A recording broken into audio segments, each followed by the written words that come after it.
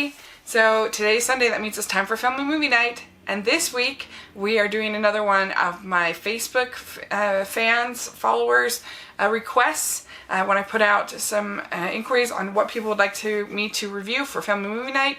One person requested Swan Princess, and this came out in 1994, and this is a movie that I have a lot of sort of fondness for because it has a lot of sort of local talent to where I live. Directed by Richard Rich, who is a Mormon, is a member of my faith, and local, and he is somebody, I do think his name's kind of funny to have Richard Rich as his name. But anyway, he was somebody who did faith-based films for a long time, animation, scripture animation, Bible and Book of Mormon animated films that I grew up with. And so he was just somebody that I was excited to see, all this local talent. It also has music by Lex Vado, who is also not famous Mormon, but in the Mormon world, he's a well-known composer. And he did Saturday's Warrior, which I did a review of that film. It's not a very good movie, but the music is the one thing that's sort of a standout. And it's a very popular, in the world of little Mormon world, Saturday's Warrior is very popular as far as a play. And so, yeah, it's kind of just got this local pedigree that just makes me inclined to think favorably of it. But I have to admit, it's not a very strong film. It's not awful. I don't mind watching it. But if I'm really looking at it objectively, it definitely does feel like a Disney kind of copycat film. There were sort of 4 in the 90s that were definitely trying to imitate what Disney was doing in the Renaissance. You had Swan Lake, you had Anastasia, you had Swan Princess, you had Anastasia, you had The Quest for Camelot, and Thumbelina. And in my opinion, this is the third out of those 4. It's not as bad as Quest for Camelot, but I personally think the music is stronger, and I think Thumbelina is a little bit better. I know I'm the minority on that, but I certainly like Anastasia better.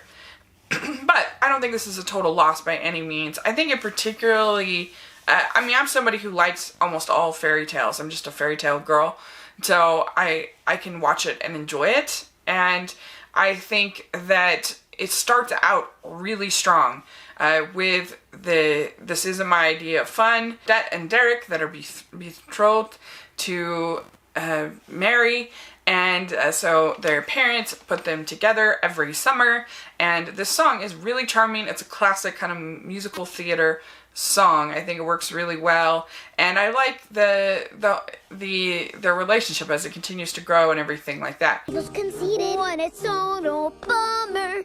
If I get lucky, I'll get chicken pox. So happy you could come, so happy to be here. How I'd like to run. This isn't my idea of fun. A very generic bad guy with Rothbart, voiced by Jack Palance, and I don't really like Jack Palance as the voice of Rothbart. I think that, I don't know, it sounds too much like I don't know, I guess to me, I don't know, it just sounds too, kind of breathy and gritty, and it doesn't sound commanding and scary to me with the voice. I don't know, I don't really like it. Now I pull my punches. I intend to eat their lunches. No more Mr. Nice Guy, not for me.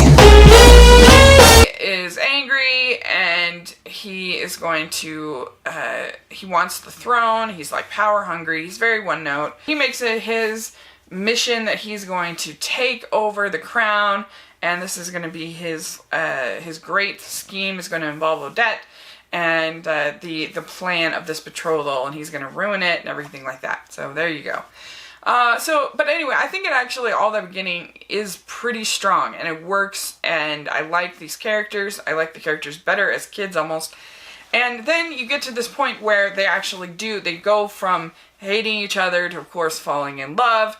And then then Odette asks Derek, "Why do you love me?" And the only thing he can say is that she is beautiful. And I find that hard to believe. Like, somebody that you literally spent every summer with for your entire life, that you couldn't come up with more than one reason why you love them. I mean, really?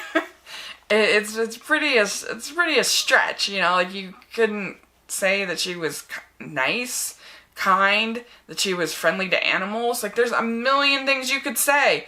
And so, I don't know, that starts off our lead male as just kind of unlikable. I mean, the fact that he couldn't come up with, like I said, somebody he spent his whole life with.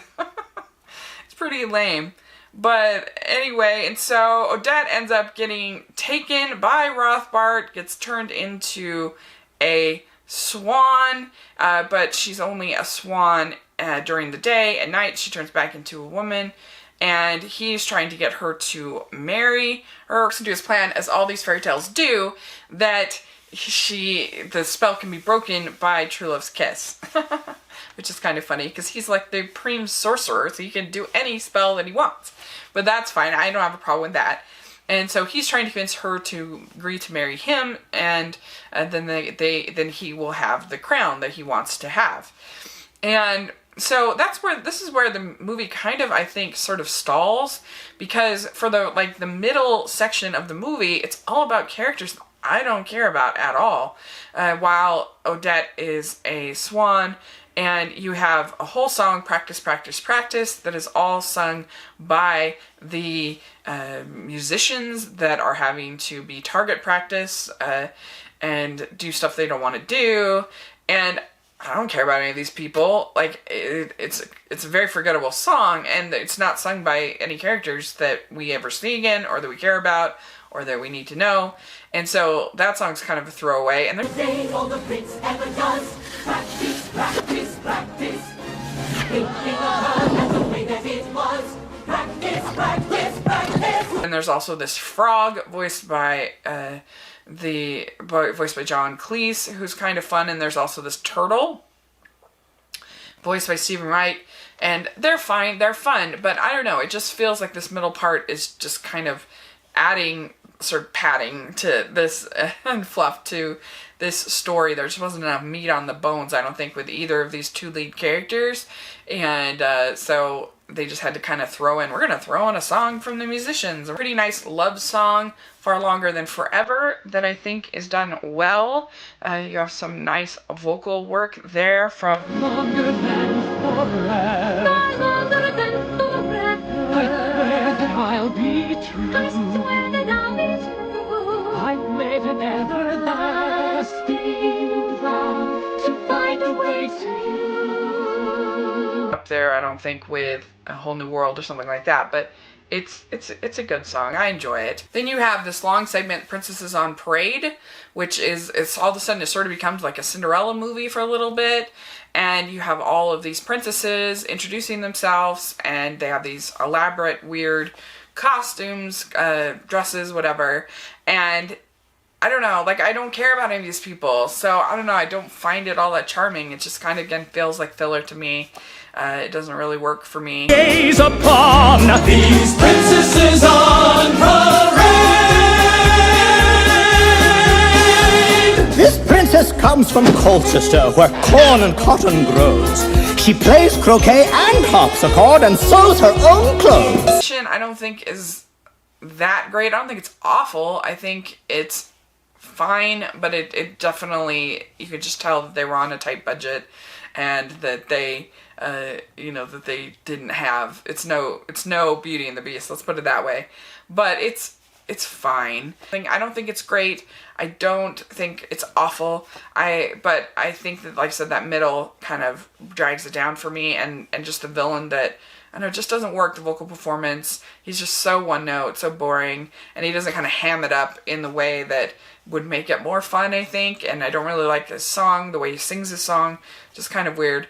And also just like Derek being such a dope, that he can't think of a single reason he loves Odette, despite spending every summer together their whole life. So those are some things that, I don't know, make it to me not as good as even something like Thumbelina.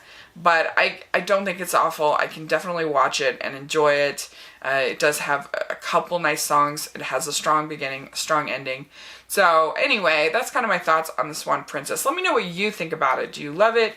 Do you hate it? Do you think it's awful? Put it in the comments section. I'd probably give Swan Princess like a, I don't know, like a B-. I do think that the Swan Lake Barbie movie that I've reviewed on this channel for Family Movie Night, I think that is better. And that actually uses the Tchaikovsky music in very, I think, effective ways, and that's kind of nice. I like that.